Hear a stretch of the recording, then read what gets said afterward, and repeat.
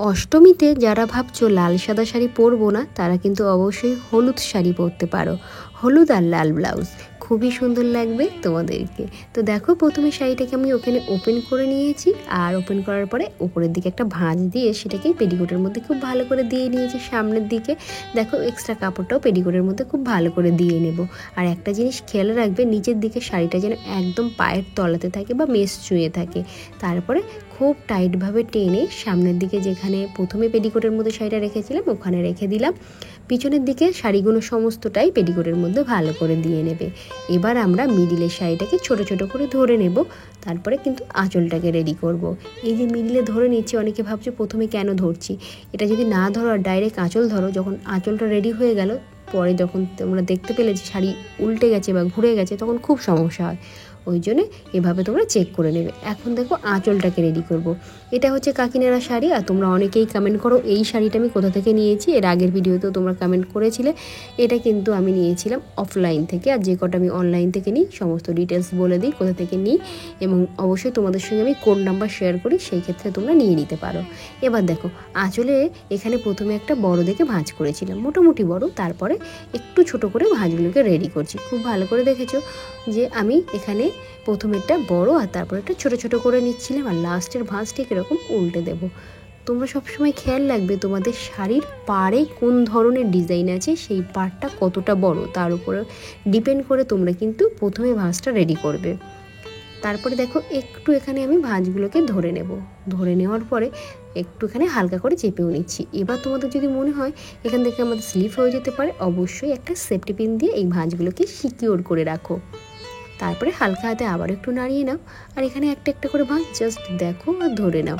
তার কারণ একটু যখন রেডি হয়ে যায় শাড়িগুলো তখন কিন্তু তোমাদের আর অসুবিধা হবে না। তার কারণ এখানে ভাঁজগুলো যে রেডি হয়ে গেছে, জাস্ট একটা একটা করে ধরা আর একসঙ্গে রাখো, সাথে একটা করে সেফটি পিন আপ করে দাও। দেখবে খুব সহজেই তোমাদের আঁচলটা রেডি হয়ে যাবে।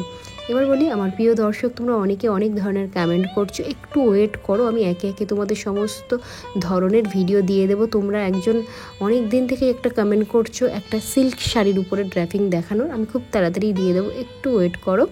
আর দেখো আঁচলটা মেস ছুঁয়েছিল, এতটা দেখে নেওয়ার পরে আমি এখানে বাঁ কাঁধের উপরে ব্লাউজের তলা থেকে সেফটি পিন আপ করে নিয়েছি। এদিকে একটু শাড়ি ছেড়ে রেখে প্রথমে দেখো একটা বড় ভাঁজ এরকম দিয়ে নিলাম। এবার এই ভাঁজের মাপে মাপেই তোমরা প্রত্যেকটা ভাঁজ দেখো দিয়ে নেবে, ঠিক সমান করে, দেখতে পাচ্ছ। ঠিক এভাবে সামনের দিকে শাড়িটাকে আগিয়ে আগিয়ে এখানে কিন্তু ভাঁজগুলোকে তোমরা রেডি করে নেবে। কুচির ক্ষেত্রে তোমরা যদি মনে করো এভাবে পারছি না, তাহলে আঙুলের সাহায্যে করে নেবে।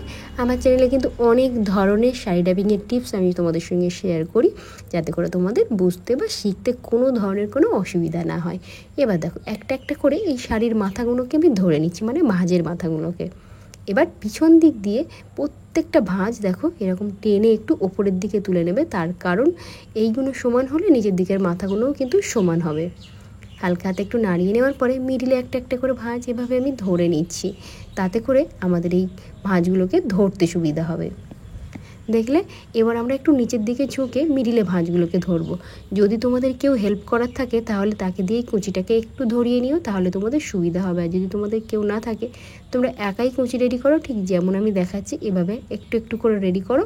হাত দিয়ে ওপরে ধরে রাখো, বা ওখানে সেফটি পিন বা যে কোনো ক্লিপ ওখানে আটকে রাখতে পারো। তারপরে নিচের দিকে ঝুঁকে একদম পাড়ের এই ভাঁজগুলোকে সমান করে একদম ওপর থেকে নিচ পর্যন্ত একবার হালকা হাতে একটু প্রেশার দিয়ে নাও। দেখতে পাবে ভাঁজগুলো স্ট্রেট হয়ে গেছে এবং তোমাদের ধরতেও সুবিধা হবে। দেখতে পাচ্ছ কত সুন্দরভাবে ভাঁজগুলোকে আমি রেডি করে নিয়েছি। একটা জিনিস খেয়াল রাখবে, পিছনে ভাঁজগুলো সমান থাকলে নিচের ভাঁজ সমান থাকবে। এক্সট্রা কাপড়টা দেখে নিয়ে এবার পেটিকোটের মধ্যে দিয়ে নিলে, সাইডে ভাঁজটাকেও দেখো সুন্দর করে দিয়ে নিলে, এই শাড়িটাকে পিছনে নিয়ে গিয়ে পেটিকোটের সঙ্গে একটা সেফটি পিন দিয়ে পিন আপ করে নিতে পারো। এখন সামনের দিক দিয়ে একটা একটা করে ভাঁজ এখানে বার করে নেব, আর সেগুলোকে হাত দিয়ে একটু হালকা হাতে চেপে নেব। তাহলে কি হবে, এই যে ভাঁজগুলো একটু ফোলা ফোলা থাকে না, সেটা কিন্তু সুন্দরভাবে বসে যাবে। এখন আমরা আঁচলটাকে সামনের দিকে নিয়ে আসবো, আর আঁচলের উপরের মাথাটা এখন প্রথমে আমরা বাঁ হাত দিয়ে ধরবো, দেখো ঠিক এখানে। এবার এখান থেকে তোমরা কিন্তু ডান হাত দিয়ে ছোট্ট ছোট্ট করে শাড়ির আঁচলটাকে রেডি করবে। এই ভাঁজগুলো সিকিউর রাখার জন্য তোমরা চাইলে এখানে অবশ্যই একটা সেফটি পিনও কিন্তু এখনই পিন আপ করে নিতে পারো। দেখো ঠিক এভাবে এখানে একটা সেফটি পিনও তোমরা পিন আপ করে নেবে। আঁচলের মাথাটাকে এভাবে তোমরা কাঁধের উপরেও নিতে পারো, সেটাও বেশ ভালো লাগে। অঞ্জলি দিতে যদি তোমরা যাও বা মাকে বরণ করার জন্য যদি যাও তোমরা এভাবে কিন্তু নিতে পারো। আর যারা একটু এই ধরনের ভালোবাসো, দেখো ঠিক একটা ভাঁজের তলায় দিয়ে উপরের ভাঁজটাকে সরিয়ে ওখানে একটা সেফটি পিন আপ করে নেবে, এভাবেও পরতে পারো সুন্দর একটা কোমর বন্ধনী দিয়ে, সেটাও কিন্তু বেশ সুন্দর লাগে। তো আমার প্রিয় দর্শক, এবার এখানে একটা কোমর বন্ধনী পরে নেব।